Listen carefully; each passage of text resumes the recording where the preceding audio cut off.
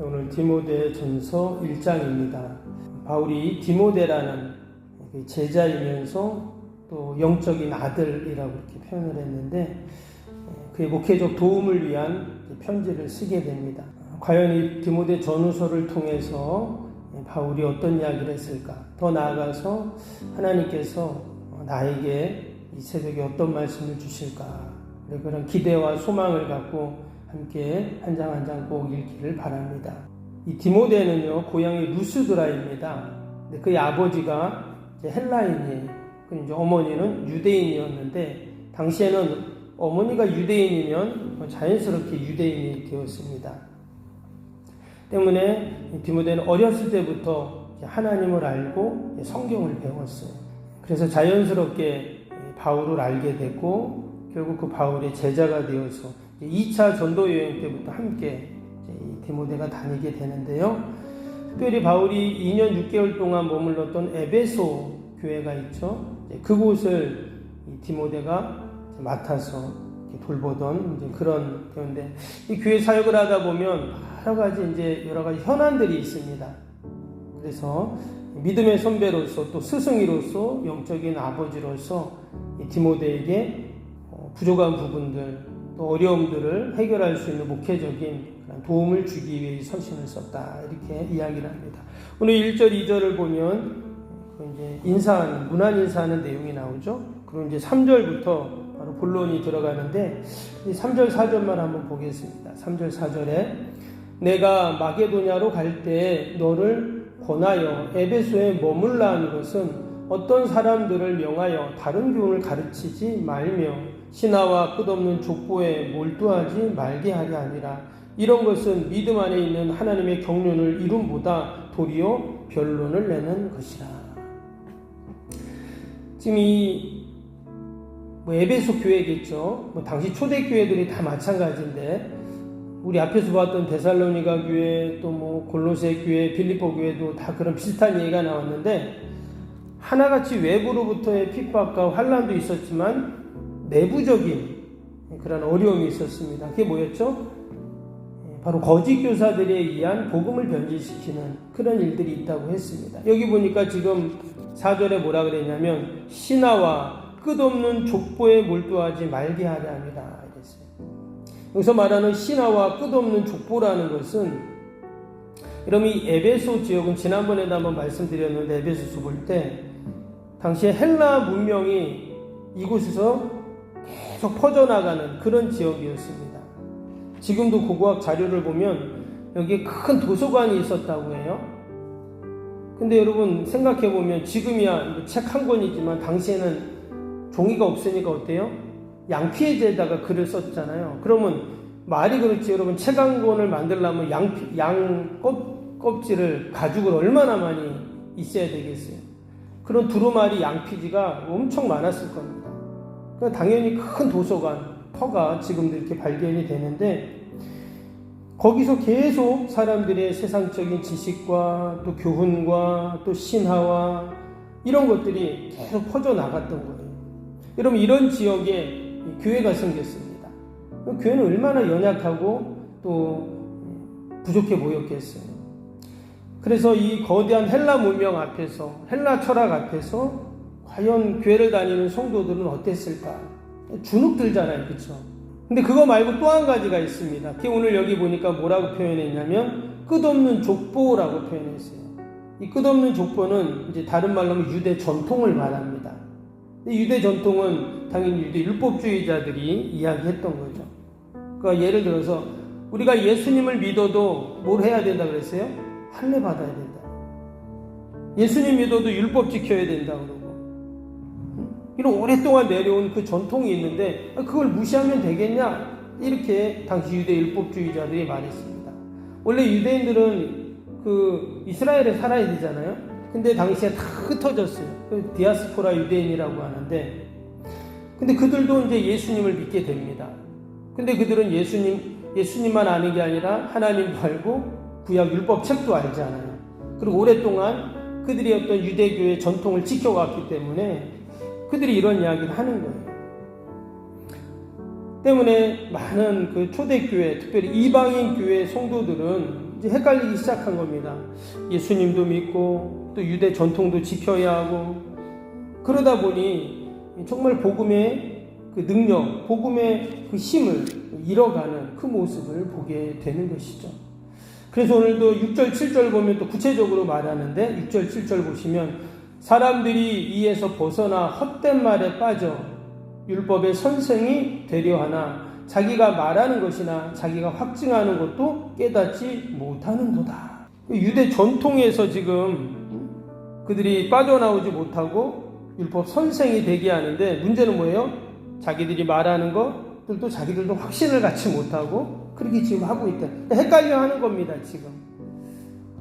예수님은 믿고 이 복음은 들었는데 과연 유대 전통을 지켜야 되나 말아야 되나, 그것 때문에 고민하고 있었다라는 것을 알 수가 있습니다. 그래서 8절에 바울이 뭐라 했습니까? 8절. 그러나 율법은 사람이 그것을 적복하게만 쓰면 선한 것임을 우리는 아노라. 그러니까 율법은 분명히 좋은 게 맞아요. 좋은 게 맞는데, 문제는 그 율법의 기능대로 사용해야지, 마치 율법을 진리로 여기고 그 유대 전통을 그것이 진리인 양 이야기해서는 할 수 없다는 겁니다. 그 이야기를 왜 했냐면, 오늘 이제 11절에 아주 중요한 말씀이 나오는데요. 11절 볼까요? 이 교훈은 내게 맡기신 바 복되신 하나님의 영광의 복음을 따름이니라. 여기 보면 영광의 복음이라는 말이 나왔어요. 영광의 복음. 그러니까 우리가 예수 그리스도를 통해서 우리에게 주신 이 귀한 복음은 어떤 복음이냐? 우리를 복되게 하는 영광의 복음이라는 거예요. 우리가 이 영광의 복음을 여러분 지금 간직하고, 그러니까 우리가 아는 복음은 결코 시시한 복음이 아니라는 거예요.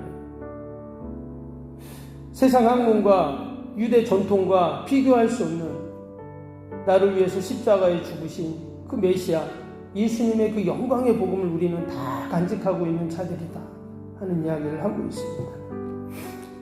여러분, 저와 여러분은 이 영광의 복음을 여러분 간직하는 자들인 줄로 믿습니다. 자, 우리는 이 복음을 귀하게 여기고 이 복음을 나누고 전하는 사명이 분명 우리에게 있는 줄로 믿습니다. 그리고 이제 12절부터는요, 바울이 자신의 간증을 이야기합니다. 소위 바울의 이제 간증문이라고도 이야기하는데, 우리들도 다 보면 간증이 있잖아요, 그렇죠? 바울도 자신의 간증이 있어요. 어떤 간증이에요? 이전에 자기가 이 영광의 복음을 알기 전에, 예수님 믿기 전에 자신의 과거였습니다. 근데 사실 대부분 자신의 간증은 어떤 간증이에요? 좋은 간증이어야 되는데, 바울은 뭐라고 말했냐면 13절 보시면 내가 전에는 비방자요, 박해자요, 폭행자였으나 이렇게 말했어요. 참 부끄러운 모습이었죠. 그럼에도 불구하고 도리어 긍휼을 입은 것은 내가 믿지 아니할 때 알지 못하고 행하였습니다.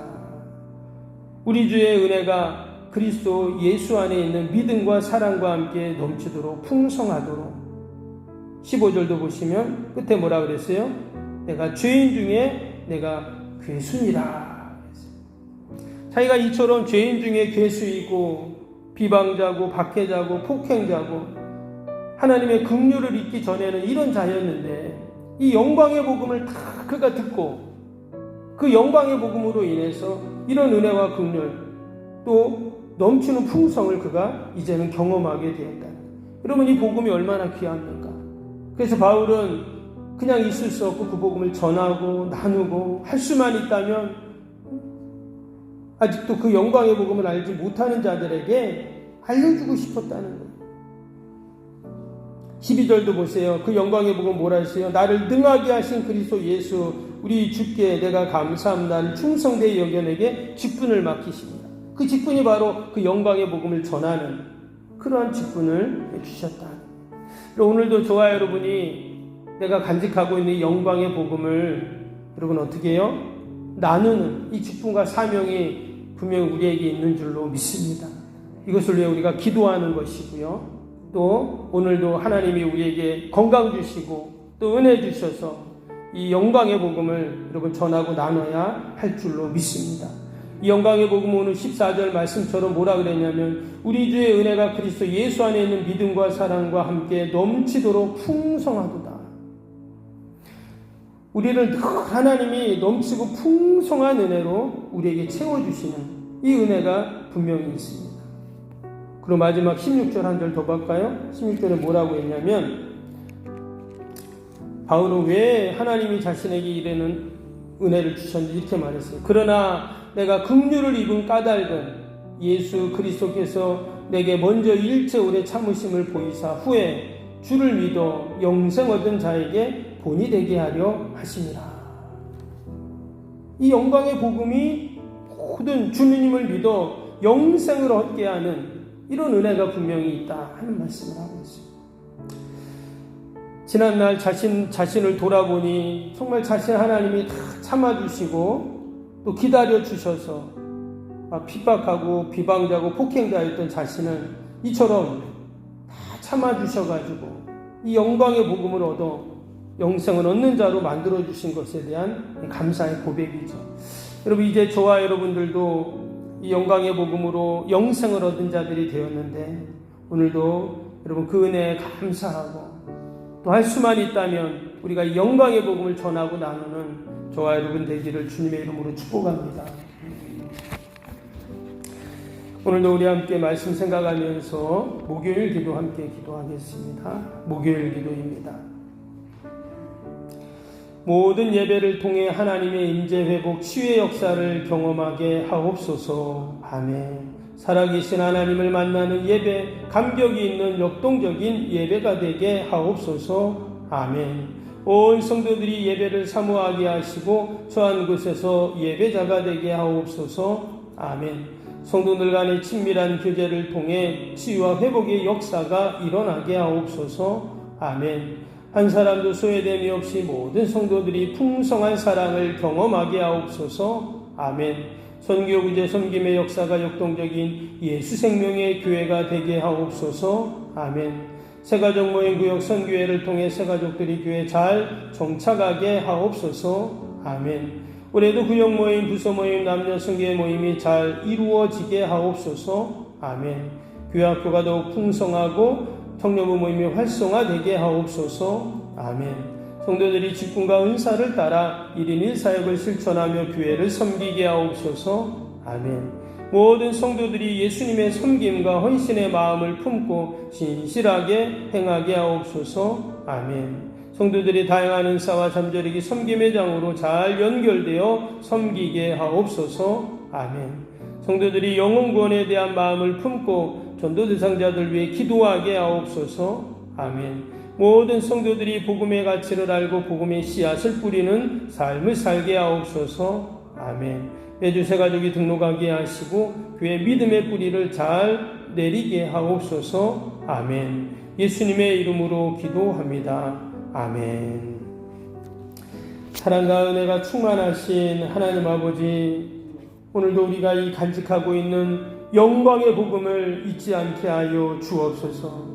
영생을 얻게 하는 이 복음, 우리의 삶 가운데 늘 넘치도록 풍성케 하시는 이 영광의 복음을 우리가 오늘도 만나는 모든 자들에게 나누고 전하게 하여 주옵소서. 하나님, 오늘도 또 많은 기도의 제목을 가지고 귀한 새벽 주님 전에 나왔습니다. 기도하고 부르짖고 간구할 때 하나님 다 들으시고 선하게 인도하여 주옵소서.